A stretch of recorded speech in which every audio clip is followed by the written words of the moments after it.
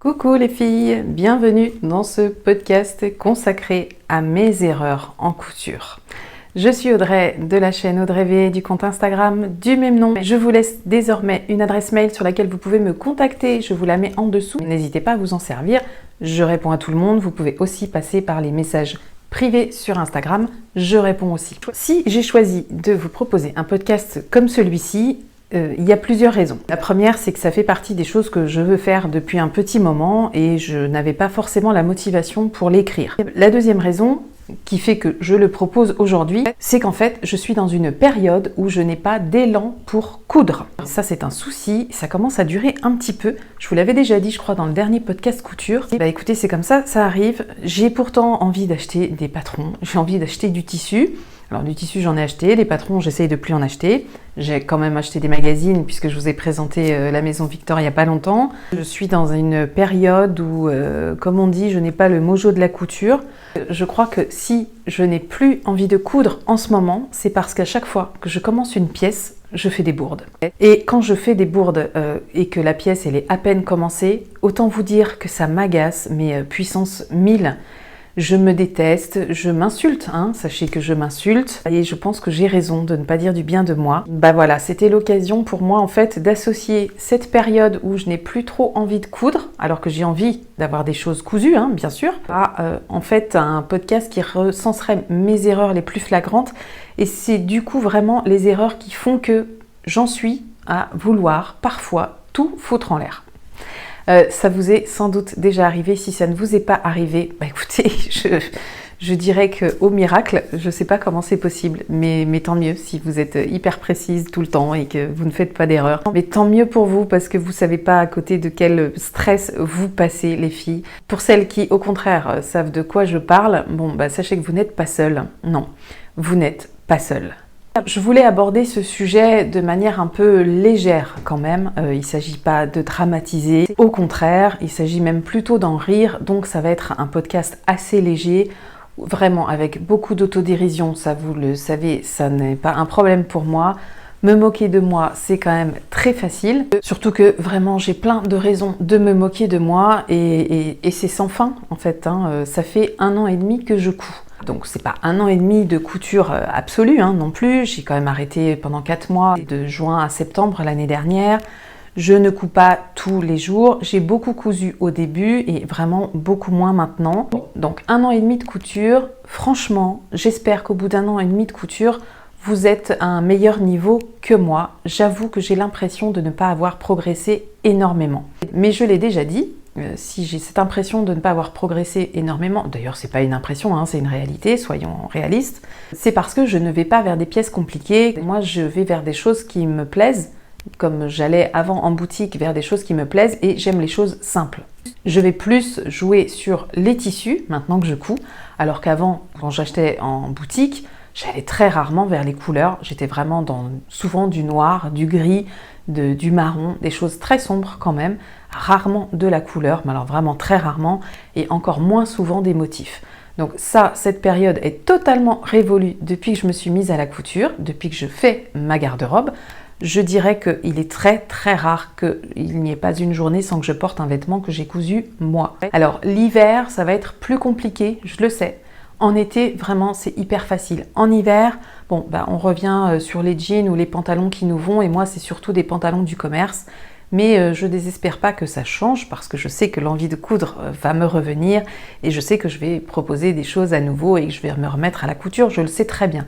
Tout ça pour dire que si je n'ai pas fait de progrès de dingue en couture, c'est que, voilà, je couds pas des choses compliquées. Je ne fais pas non plus de hack de patron, c'est très rare.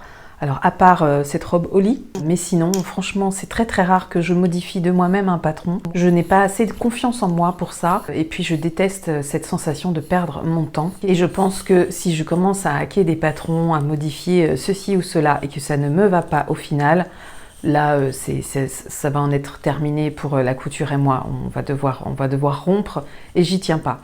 Donc je me préserve un peu de ces situations-là, je ne veux pas les rencontrer. Donc je sais très bien que hacker un patron pour moi aujourd'hui, c'est pas le moment. Il y a des choses que j'ai envie de faire ou que je vais faire spontanément, rallonger quelque chose, raccourcir quelque chose. J'appelle pas ça un hack, j'appelle ça juste du bon sens. Là, je vous parle vraiment de modifier une encolure, modifier des manches, de modifier peut-être une amplitude, des choses comme ça. D'ailleurs, je pense que je ferai une vidéo, c'est une vidéo que j'ai en tête aussi depuis un moment, parce que moi, les hacks de patron, je les regarde en vidéo, et je pense que je vous ferai un petit recensement de chaînes YouTube qui proposent des hacks de patron régulièrement, et ça pourra peut-être en intéresser certaines. Et c'est pour vous dire que c'est pas parce que ce ne sont pas des choses que je ne fais pas qu'elles ne m'intéressent pas. Il n'y a pas que ce que je couds qui m'intéresse, vraiment pas. Et heureusement pour moi, je dirais. Donc il n'a pas été compliqué pour moi du tout de vous faire une liste de mes erreurs en couture. C'est du coup un peu aussi partager ça avec vous, parce que peut-être que vous débutez en couture et dans ce cas-là, cette vidéo pourra peut-être vous être utile, je l'espère vraiment. Pour les autres, bon, celles qui sont plus avancées, je pense que ça va vous faire sourire, ça va peut-être vous conforter vous aussi dans certaines de vos positions, mais ça va pas vous apprendre grand-chose. Mais en tout cas, je partage ça en me disant que peut-être ça va servir à certaines. Je sais que beaucoup de débutantes me suivent, donc voilà, si on peut partager même les conneries, mais allons-y. Il faut quand même prendre un peu de distance avec tout ça. Et c'est ce que je compte faire avec ce podcast. Je ne me sens pas honteuse d'avoir le niveau de couture que j'ai, pas du tout. Mais je dirais que la première des erreurs, et ça je l'ai faite dès le départ, la première des erreurs en couture, c'est de se fier à la difficulté d'un patron pour savoir si on veut le coudre ou pas. Moi, dès le départ, je me suis dit, débutante, tu ne couds que du débutant.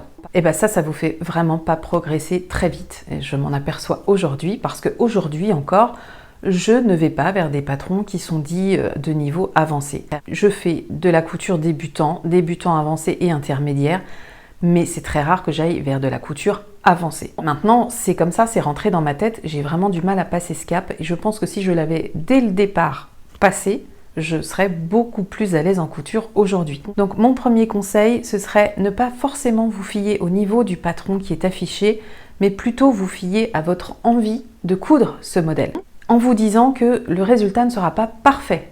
Alors, à moins que vous ayez un don, si vous débutez et que vous allez vers un patron de niveau compliqué, c'est évident qu'il ne va pas être parfait au premier essai, mais vous allez quand même apprendre beaucoup de choses. Vous allez voir des choses qui vont vous être utiles ensuite. En fait, je dis tout ça, mais j'en suis bien consciente, mais je ne me l'applique pas à moi-même. Donc là, ça va être très facile pour moi de vous donner des conseils que je ne suis pas. C'est un peu l'enjeu de ce podcast.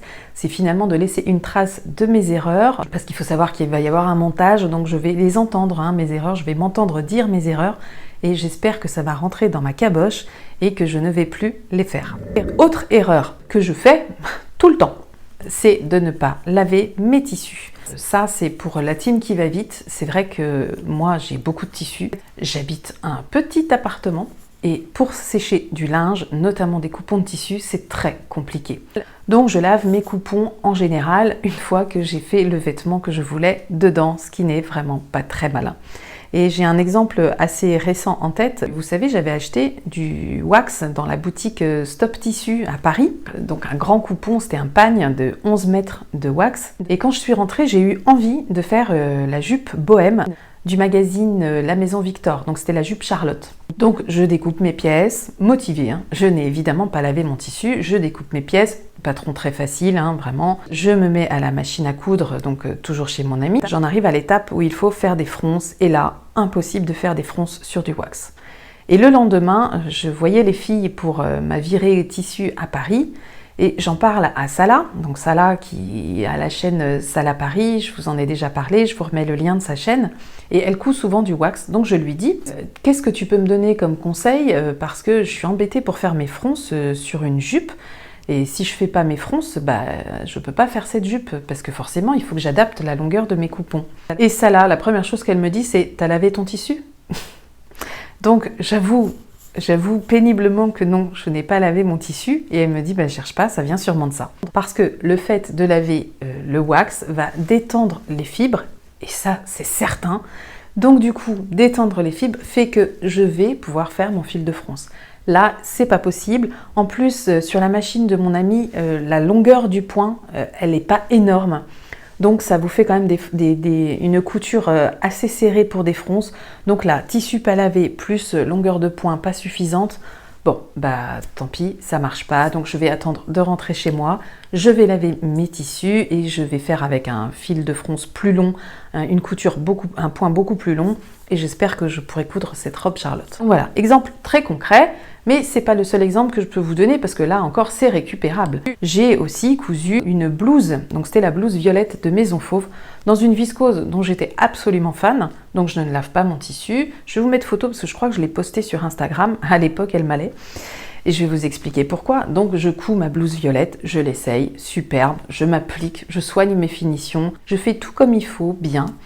Je porte ma blouse une journée, je la mets à laver et quand je l'ai reprise après le repassage, que j'ai voulu la remettre, et ben ma viscose avait rétréci et donc là c'est plus possible. Les bras me serrent, elle a rétréci de partout, donc elle ne me va plus. Je suis dégoûtée parce que le vêtement reste joli, mais en revanche il n'est plus à ma taille. Si j'avais lavé ma viscose avant, je pourrais encore porter cette blouse violette aujourd'hui.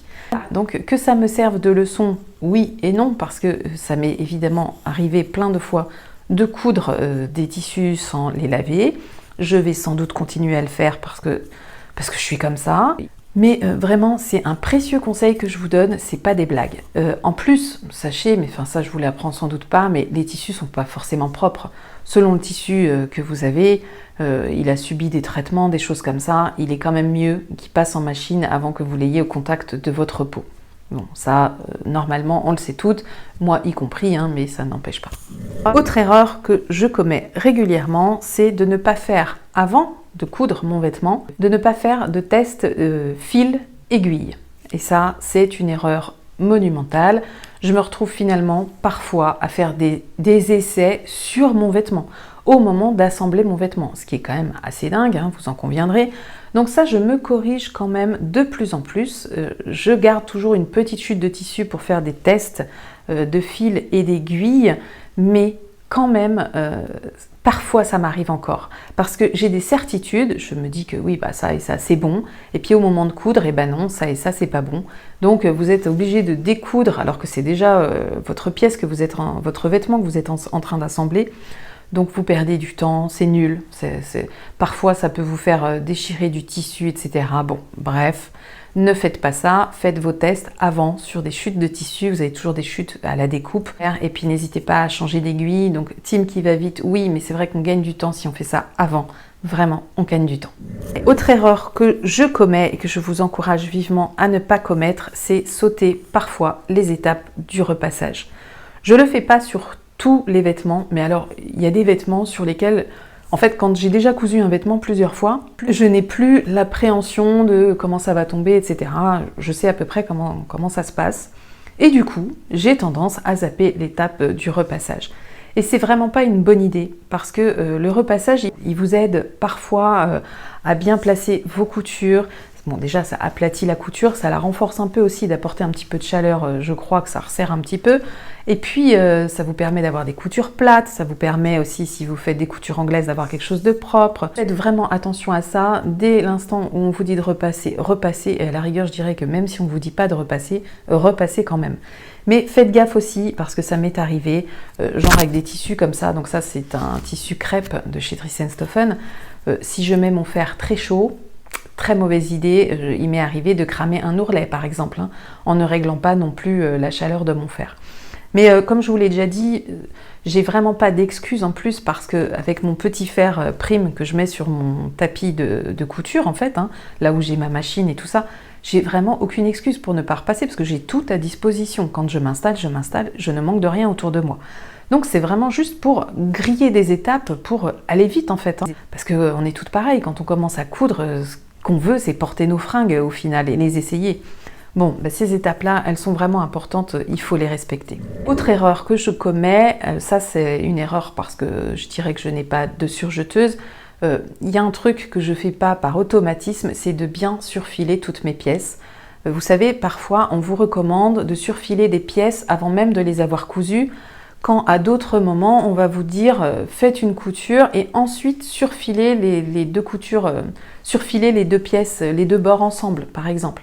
Donc là-dessus c'est pas toujours la même chose qu'on nous conseille dans les patrons Et c'est pas par hasard si on ne conseille pas la même chose, c'est parce que ça dépend de l'assemblage qui en découle ensuite. Ça, c'est un truc que je respecte pas tout le temps non plus. Il m'arrive par exemple d'oublier de surfiler, vous voyez par exemple sur cette robe, donc ici il y a eu un assemblage, j'avais oublié de surfiler la couture intérieure de ça. Parce qu'une fois que j'ai fini d'assembler mon haut et mon bas, je fais mes ourlets et hop, c'est parti. Et en fait, je m'aperçois que c'est pas surfilé et c'est pas propre. Alors sur une matière comme ça, c'est pas gênant parce que ça ne s'effiloche pas. Mais sur la plupart des matières, ça risque quand même d'être problématique.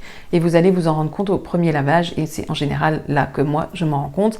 Et c'est beaucoup plus difficile d'aller surfiler un vêtement qui a déjà été lavé. Parce qu'après votre lavage en machine, vous avez des petits fils qui se sont étirés et vous avez du coup un peu réduit votre marge pour le surfilage. Donc si vous n'avez pas de surjeteuse, appliquez-vous vraiment à surfiler toutes les pièces quand il le faut. Autre erreur que je fais assez souvent, c'est de ne pas faire d'essayage à différentes étapes de la couture. Alors ça, je pense que je vais quand même me corriger, mais vous savez, vous avez assemblé, je prends l'exemple de cette robe que je porte. Donc vous avez assemblé votre devant et votre dos, et là, mais avant de mettre vos manches, il n'est pas inutile déjà de faire un essayage, même si là vous n'avez pas encore cousu ici, mais pourquoi ne pas faire un essayage pour voir déjà si vos épaules elles tombent bien, peut-être pour voir si le décolleté c'est là que vous le vouliez. Alors après oui, ça vous fait faire des retouches, mais ça vous évite une fois que le vêtement est terminé de vous dire ah mais mince, c'est pas ça que je voulais. Bon, ça m'est déjà arrivé de me retrouver même à faire des ourlets avant d'avoir essayé sur une blouse par exemple et de voir que la blouse elle est encore trop longue, alors que si j'avais fait l'essayage avant, j'aurais bien vu que ma blouse était trop longue et qu'il fallait que je coupe davantage avant de poser mon ourlet par exemple. Donc oui, faites des essayages vraiment au maximum d'étapes que vous pouvez dans la couture pour vous rendre compte de ce qu'il va falloir peut-être réduire ou rallonger, peut-être pour parfois aussi réduire ses marges de couture pour gagner un petit peu de largeur de tissu sur une carrure, ça peut suffire, mais ça on ne le sait que si on fait des essayages. Autre erreur que je commets, je me demande si j'aurais pas dû commencer par là en fait, c'est de ne pas lire toutes les instructions de couture qui sont données dans un livret de couture, mais d'attaquer. Alors je découpe, c'est exactement ce que je fais, hein. Je découpe mon patron, mon tissu et je me mets à la machine et je prends les instructions de couture et je fais du pas à pas. Donc je regarde ce qu'il faut faire et je fais. Et parfois c'est une très mauvaise idée, pour ne pas dire souvent. Il est quand même pas inintéressant de lire, pas dans le détail, mais de vraiment lire toutes les instructions de couture du début à la fin pour ensuite revenir au moment de coudre sur toutes les étapes. Parce qu'il y a des choses que vous allez peut-être comprendre au moment de votre couture. Parfois, il m'est arrivé de sauter quelques étapes en me disant « mais non, mais pourquoi ils font ça? Enfin non, ça marche pas. » Genre la meuf qui s'y connaît. Donc non, en fait, quand ils vous disent de faire un truc à un moment donné, c'est pas par hasard, c'est pas pour le faire plus tard, parce que plus tard, ce sera beaucoup moins pratique, parce que vous aurez déjà sans doute assemblé des pièces et que vous ne pourrez plus faire ce qu'il vous faut faire précisément. Donc vraiment, lisez une fois avant de coudre les étapes de couture de votre vêtement, même si parfois c'est plusieurs pages, c'est pas grave, je crois que c'est vraiment pas inutile. Alors, autre erreur que je continue de commettre, que je pense continuer de commettre encore, et je pense que là je suis pas toute seule, c'est de rater son association patron-tissu. Ça m'arrive encore assez souvent, ça m'est pas mal arrivé dans la capsule couture patron gratuit. Vous le verrez dans le bilan que je vais vous présenter. Il y a vraiment des associations de patrons et de tissus qui sont absolument pas réussies. Donc du coup, vous ne mettez ni en valeur votre tissu, ni en valeur votre patron. C'est un échec total hein, quand c'est comme ça, parce que souvent, ça fait des cousettes que vous n'allez pas porter. Ça vous fait un haut soit trop rigide si vous avez pris un tissu trop rigide, ou un haut qui n'a pas d'allure parce que vous avez pris un tissu trop fluide. Pour les bas, c'est pareil. Donc j'ai encore du mal à bien associer mes patrons à mes tissus, pour notamment des patrons que je n'ai pas encore cousus. Quand je connais un patron et que je l'ai déjà fait une fois, je peux me corriger, ou alors si je suis bien tombée la première fois, tant mieux, je vais continuer comme ça. Mais ça peut vraiment nous arriver tout le temps. Je pense que ça nous arrive à toutes de nous planter sur des mauvaises associations de tissus et de patrons.